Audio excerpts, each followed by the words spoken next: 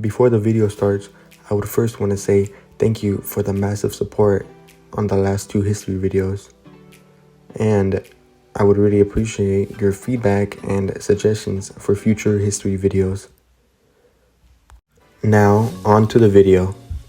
But before we dive in, let's play a quick game.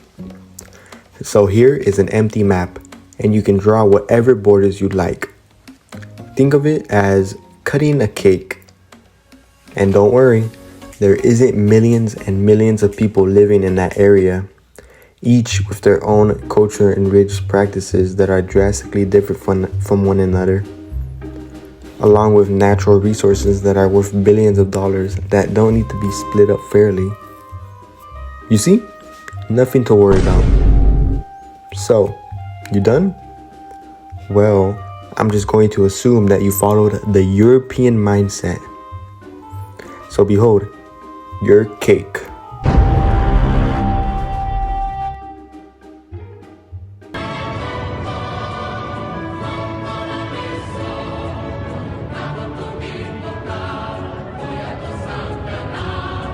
If you couldn't tell from that introduction, the borders that were drawn up for the newly independent African countries weren't perfect. As a matter of fact, it was almost destined that everything would go wrong.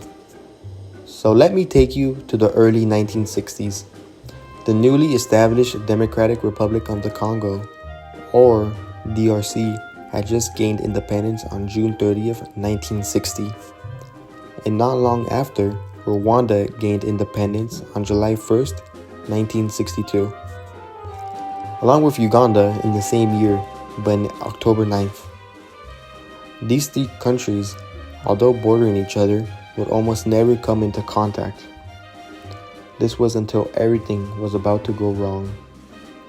And the day everything went wrong was on April 6, 1994. That day was the assassination of President Juvenal Hambara, which was Rwanda's president at the time. And before I go on, I do need to give some background information. So, Rwanda at the time was split between 2 main ethnic groups, the Hutus and the Tutsis. And these 2 groups absolutely hated each other. Internal fighting was happening on the daily between these 2 groups. And the Hutsis and Tutsis would often take it to the next level by forming their own militias and sponsoring guerrilla warfare. Some important ones to mention are the AFDL, the RCD, and RPF. And on a quick side note, the president that was assassinated, Juvenal, was of Hutu origin. The assassination of Juvenal sparked Hutu extremists to launch an all-out genocide against the Tutsis.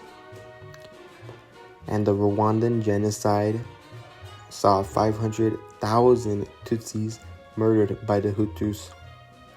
This unspeakable act was an atrocity committed from April to June 1994. The Tutsis, however, received major support from neighboring Uganda, which was almost directly involved on the side of the Tutsis. With this support, the Tutsis took over Rwanda, and most of the Hutus fled the country. And you're probably wondering, where did they go? Well, since everything was happening very quickly, it was hard for many countries to react. And with the DRC having some problems of their own, which one big one was the military coup that saw the country under the military leadership of Mobutu, who renamed the DRC to Zaire. The Hutus decided that was the best country to take shelter in. But both Uganda and the newly established Rwanda wasn't just going to allow them to get away. So they invaded eastern Zaire, and many citizens in Zaire weren't happy with the military leader at the time, so they turned on the government and formed the AFDL, which was a large rebel militia in eastern Zaire. The invasion of eastern Zaire marked the start of the First Congo War on October 24th, 1996, also known as the Great War of Africa, which I will talk more about that name later. Going back, the allies of Zaire were Sudan and Angola, but these countries would provide little help since they were facing internal problems of their own.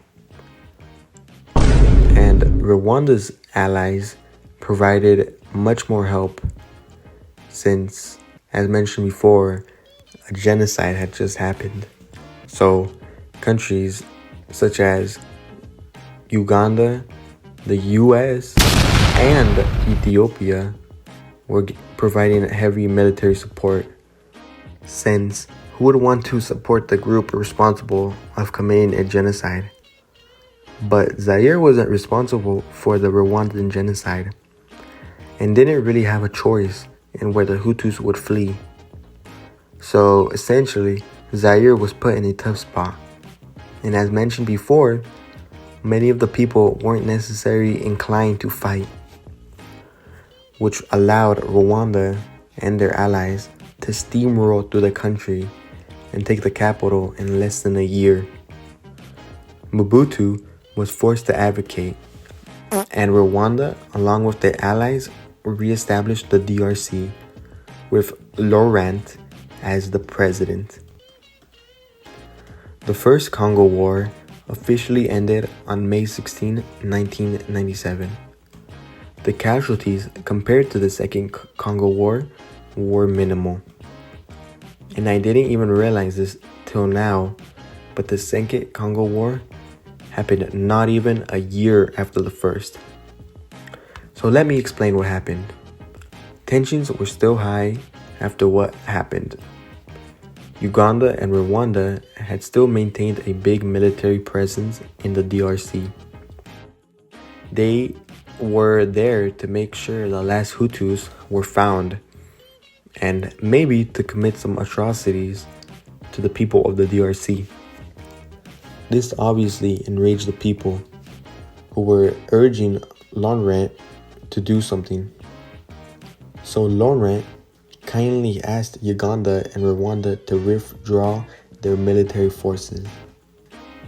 And they obviously said yes, and just kidding. They said no. But Laurent wasn't just going to give up that easily, so he seized military bases in the country. "Ha," he said, "what are you going to do about it? It's not like you're going to invade." And that's exactly what Uganda and Rwanda did on August 2nd, 1998. But this wasn't going to be like the first Congo War. Well, in the beginning, it kind of was. Let me explain. Right after Uganda and Rwanda invaded Zaire from the east again, a rebel militia called the RCD joined Rwanda and Uganda, which looked like a repeat of the First Congo War was going to happen. But here is the game changer.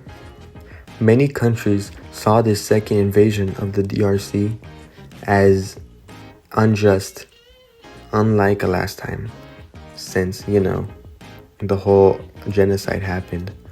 So the DRC received much more support in this war from countries such as Chad, Libya, Sudan, Zimbabwe, and most notably Angola, which has buffed up its military since the First Congo War.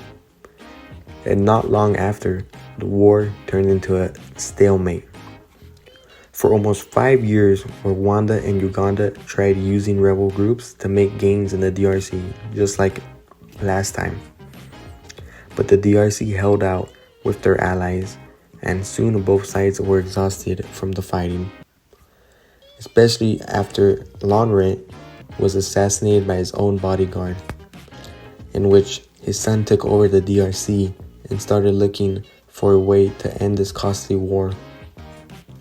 And And once South Africa demanded both sides into peace negotiations, both sides had no choice but to agree to end the war, which was officially ended on July 18, 2003.